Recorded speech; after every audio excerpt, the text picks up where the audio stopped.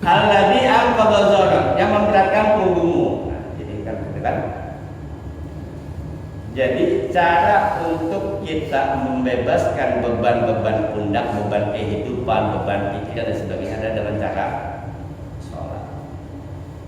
Karena sholat itulah yang menyebabkan beban-beban itu berkurang. Kenapa beban berkurang? Karena dosanya yang wasari'u ila maghfiratin min rabbikum wa jannatin 'arduha as-samawati wal ardh. Insyaallah mudah-mudahan berbanyak sholat, berbanyak istighfar. Allah menjanjikan, kata Rasulullah, ada dua hal. Kita nggak bakal diajak oleh Allah, nggak bakal disisa oleh Allah. Pertama, maka Allah yu'adzibahum wa anta fihim. Allah tidak akan mengadab sebuah kaum, mengadab kamu wa anta fihim, sementara engkau ada di dalamnya, yaitu Nabi Muhammad. Artinya apa?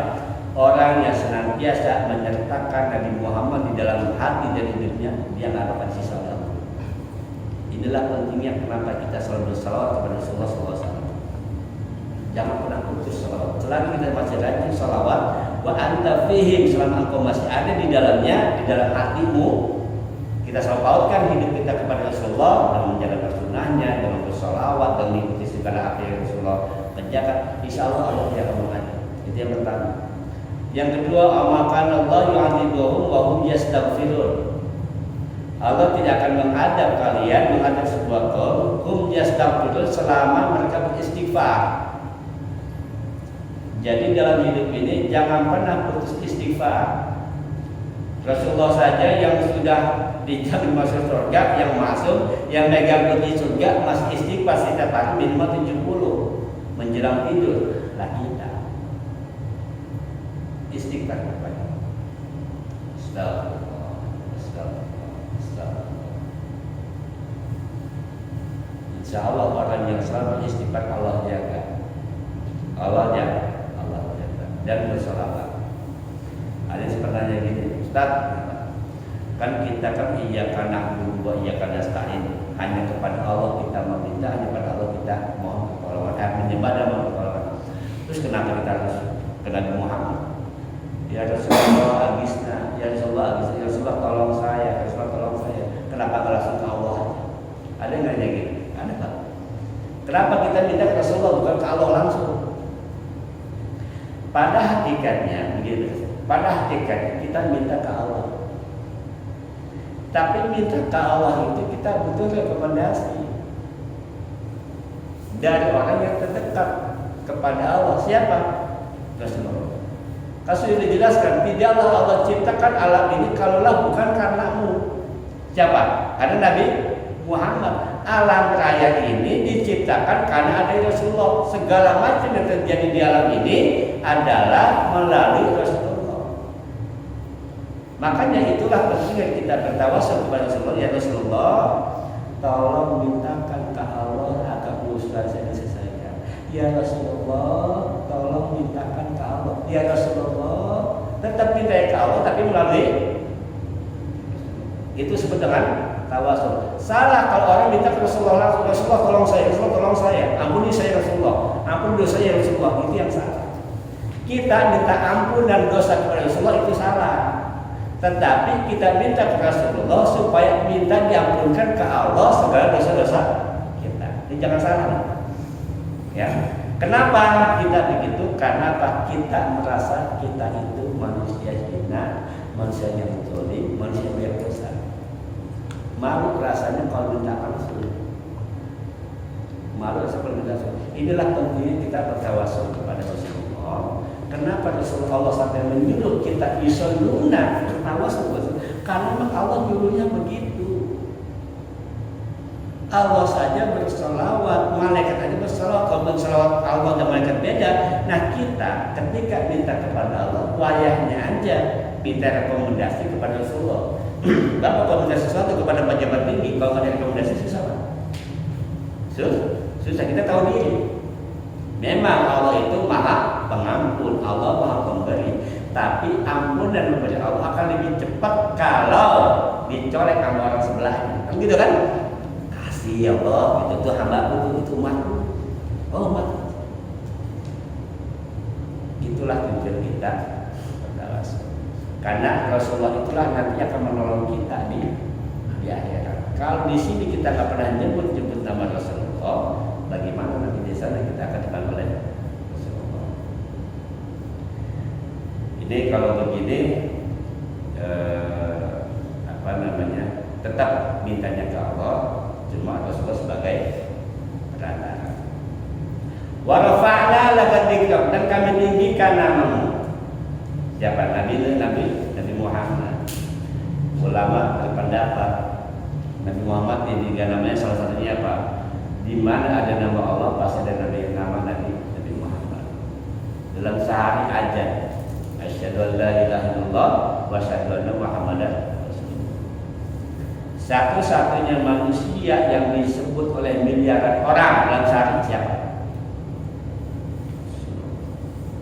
Di Cimuning ini ada berapa masjid mushola? Di Cimuning sekali aja ya. Lah kalau sebekasi seri terus sedunia berapa miliar orang menyebut nama Nabi Muhammad? Adakah manusia disebut orang sebanyak itu dalam waktu sama? Itu baru ada, belum komat. Diajar Rasul disebut 2 kali Muhammad Rasulullah, komat sekali. Sholat berapa kali kita sebut nama Nabi Muhammad? Tidak ada satu manusia di dunia ini dari sejak zaman Nabi Adam sampai akhir zaman yang namanya banyak disebut kecuali Nabi Muhammad. Bahkan dulu ketika Nabi Adam mau melamar Siti Hawa menikah, kan diminta mas kawin. Mas kawinnya apa? Bingung kan? Kata gitu, baca salawat. Salawatnya gimana? Kepada Muhammad. Bagaimana salawatnya? Dia sama Jibril baca sallallahu alaihi Muhammad. Sallallahu alaihi Muhammad itu adalah salawat yang diajarkan Jibril kepada Adam sebagai mas kawin. Makanya salawat sallallahu alaihi Muhammad sallallahu alaihi wasallam itu adalah sebenarnya salawat Jibril. Itu salawat paling kuat. Salawat yang pertama kali diucapkan di muka bumi adalah salawatnya ketika Nabi Adam ingin melamar Siti Hawa sebagai mas kawinnya membaca sholawat yang diajak oleh Jibril sallallahu alaihi Muhammad sallallahu alaihi wasallam. Maka itu dibaca sekarang. Ya, itu sejarahnya Pak. Kenapa sebenarnya sholawat Jibril?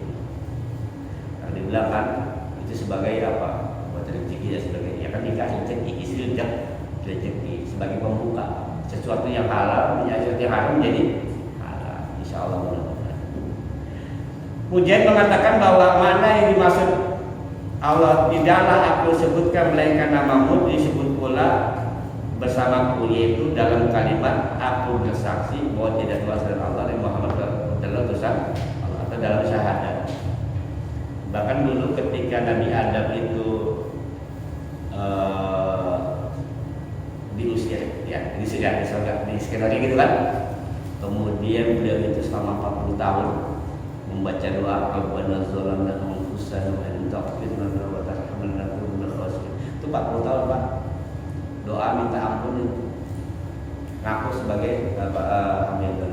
Nah, kemudian Allah ampuni dosanya. Kenapa dia berdosa? Karena ternyata Rasulullah Nabi Adam itu bertawasul. Ya Rabb, dengan keberkahan dan kemuliaan Muhammad ampuni dosa-dosa. Allah nanya, loh kamu tahu dari mana bahwa ada martabat Muhammad? Dahulu ketika aku diciptakan dan ditiupkan ruhku, aku bangun di bawah arasmu tertulis La ilaha illallah Muhammad Rasulullah. Aku berpikir orang ini kalau nggak istimewa nggak mungkin ada disandingkan di samping nama. Aku bertawasul, aku bertabar dengan namanya ampuni dosa.